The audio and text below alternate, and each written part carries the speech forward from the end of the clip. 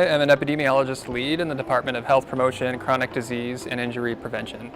In this department, we do a lot of research looking at chronic diseases such as cardiovascular disease and diabetes, as well as related factors like physical activity and obesity.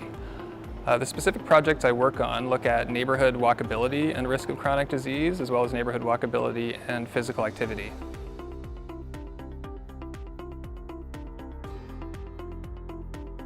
Neighborhood walkability is a measure of how conducive a neighborhood is to walking. So if you think of a highly walkable neighborhood, think of a neighborhood with a lot of different destinations nearby that you could walk to. So things like stores, restaurants, schools, parks, and that sort of thing.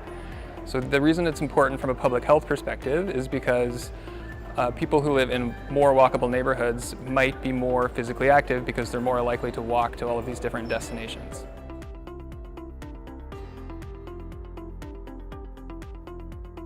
In the future, in the field of walkability, I would hope to see an increase in the walkability of existing neighborhoods. In Toronto and the surrounding areas, we have a lot of neighborhoods with a fairly high population density, and I think these are opportunities to add an increased density of walkable amenities. So things like stores, parks, schools, and that sort of thing could be added to these neighborhoods that already have the population to support these added amenities. And I think having a greater density of amenities to walk to would increase the physical activity levels of the people in these neighborhoods and therefore result in downstream improved health and lower risk of chronic disease.